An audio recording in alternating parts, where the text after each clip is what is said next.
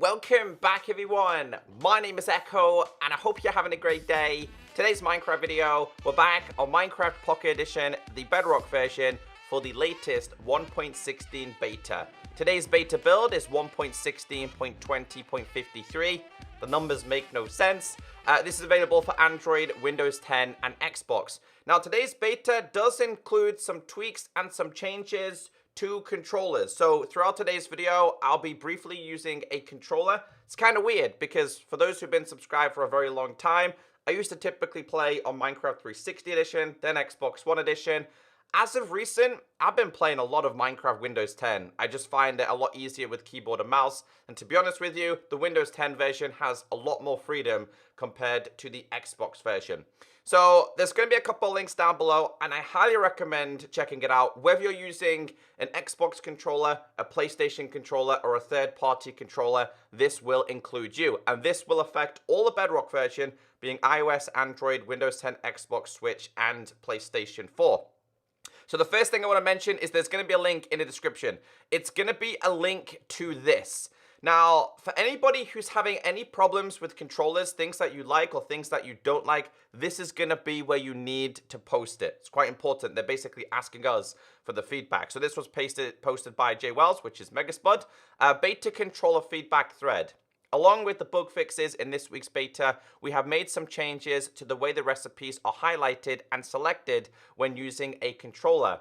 We would love to hear your feedback on this whilst it is in beta, so please let us know what you think. Now, I know not all versions have beta, so if you're on Android, you're on Xbox, and you're on Windows 10 and you're using a controller, feedback is going to be really appreciated from the developers. I'm going to change image. I'll explain that one throughout today's video. Right guys, let's go into game and let's check out this week's changes. Just before we get into today's video, if you do enjoy the updated beta videos, could you be kind enough to hit that like button? It really does help me. It also helps other people who are trying to find these videos to understand what has changed. So I'm going to start off by using keyboard and mouse first before we use the controller, just to read the first 4 changes. Again, they're not massive changes, they're slight tweaks just to make controller use a little bit easier. I think some of these are referring to a bug because when I checked the changelog, when I checked the reported bugs, these were going back to the beginning of 1.16. So it looks like the developers are slowly starting to catch up with the reported bugs, which is good news. Also, we're not expecting this beta to be fully released until maybe August. So we're going to have to wait a little bit of time. So expect more bug fixes and betas. It says here, recipe select button prompt shows when hovering over a non-craftable recipe book item using controller. Recipe selected items put in the crafting input grid can now be hovered over with controller to see tooltip names. On controller, hovering over recipes will show them in the crafting grid when no recipe is selected. On controller, you can deselect a selected recipe when hovering above that selection in the recipe book. You can also clear the crafting grid by clicking the right stick. So that, I believe, is quite new. So what we're going to have to do here is we're going to have to go to /game mode survival, and I have myself a controller now. We're using an Xbox One controller. Let's just grab these, and first thing is first, let's get rid of the mouse cursor. So with this one, guys, as you can see here, what was happening previously is you would have to press X for this to show. So they've introduced 2. You can have it as disappeared, which as you guys can see, it's completely gone. Or you can have this as when you're over an item, it's always there. So it's going to show you the actual item. It looks like you are having to press X though. So X on the same item will get rid of the possible output, and it will also show you another one as well. It's the same for this. If we just get rid of this and we then go to this, you can see when we hover over them, it's not showing it. But when we do tap X, and then we tap on specific items, it's going to show you the output. Now, one of these, and I want to go straight to this one, which is this one. We'll go inside of here. Let's say we wanted to craft this. If we tap on this, no, that's not what I wanted to do. If we go over here, you can see here it now tells you the item, which is the tooltip iron ingot. And if you go over here, it can tell you what you're going to craft as well. So that's those 2 done. Again, they're not massive changes. It was saying here that you can deselect. So if we select this, we can deselect it with thumbstick. So it says here RS is to clear. I've kept the tooltips on screen so you can see them. There's a lot of buttons. I usually have my tooltips off. if I'm using a controller. So X is to select a recipe and deselect it. If I select it again and then go over to something else, I can deselect it again by pressing the right stick, which is what I've done. It might seem more complicated. To be totally honest with you guys, you probably have your own specific method of how you are playing things.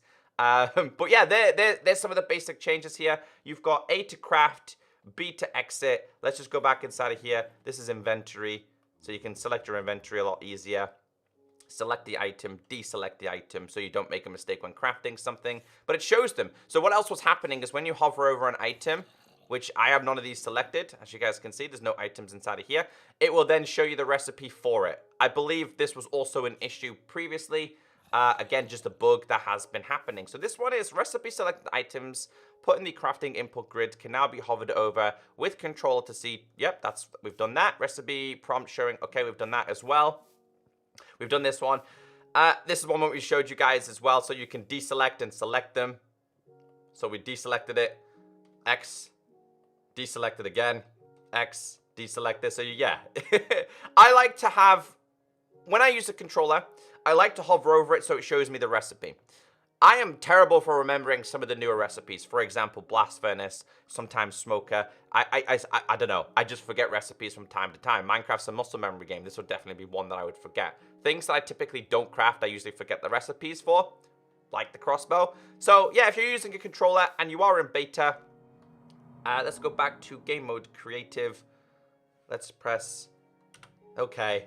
If you look here, I've been messing around with this. My whole controller, like, I've been messing around just to make sure I understand it. I don't want to talk about something I don't understand. That would be a very pointless video. So, yeah, changes to controllers. If you are a controller user, go and leave your feedback on the link down below. It's quite important. Otherwise, if you like something and it gets removed, you're not going to be happy. If you don't like something and it's added, you're not also going to be happy, right? Yeah. Anyway, next one here. Loom block no longer causes out-of-memory crash when using high-resolution packs. So resource packs were causing this to crash. Something else I also want to check while we're here. Let's put this in my thingy. Have they... No, they've still got the black outline on items in your hotbar. I wonder if that's a bug or like an actual feature. But anyway, if you've been having crashes with looms, it's now been fixed. The next one, legacy chunk upgrades will no longer cause the chunk to become 100% air. Shout out to the people who are still using the legacy worlds. Like maybe you transfer them from 360 to Xbox One all the way to Bedrock, or maybe from PlayStation 3 to PS4 all the way to Bedrock. So I have an image, and that's the image I showed you guys today. These are all reported chunk issues. This one right here. Whenever people were transferring the worlds, they would have unexpected chunks missing. This has been an issue for a very long time. It's been an issue ever since the Xbox One moved to Bedrock, and of course it's the same for Switch and it's the same for PlayStation. If your chunks are having issues, this should no longer be a problem. So if you've had a world and when this version releases and you retransfer it, you shouldn't have missing chunks. I mean, this is still quite new, transferring your worlds from the additions to Xbox One Bedrock or PlayStation Bedrock. These issues are always going to happen. But yeah, that's something that apparently has been fixed and they're working on. PlayStation 4 players can once again host 8 max player worlds.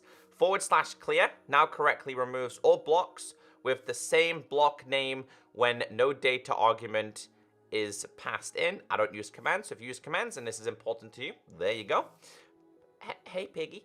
Piglin / brute piglins can now spawn with enchanted weapons. Again, we're not going to be expecting these features to be introduced probably not till August. They're focusing on bug fixes, guys, which I guess is a good thing, right? So these guys have a chance to spawn with enchanted items again, I believe. There you go. There's one. Come on. Give us another one. Okay, I'm gonna tone it down. I haven't seen these. There we go. Brute piglin. With the enchantedness. We're going to have a whole range of zombie pigmen. Delightful. Go get him, Piggy. He's like, wait, that's me, but as a human. All right, next one that we have is fixed issue with the hot tourist destination would not unlock on PlayStation 4. This was reported in my last PlayStation video. Hopefully it's been fixed. Not until this update releases. Fixed issue that prevented players from being able to place beehives or bee nests from their inventory from the last update. So basically what would happen is when you try to place it, it would basically go back into your hotbar. I had the same issue. It was really, really annoying as well. But now you can place your beehives and your bee nests until your heart contents. Last but not least in today's video, fixed broken trading screen slots on iOS. So iOS players, they got you. So any more issues, make sure you report them. Again, guys, go mess around with the controllers. It's quite an important change. Not a massive change, but it's an important one. Slight tweaks that make a big difference. So yeah, guys, have a great day. Stay beautiful. And wait, how do I do emotes on this one? I think it's this one. Wait, and I catch you next time. No, wait, do it again. Catch you next time.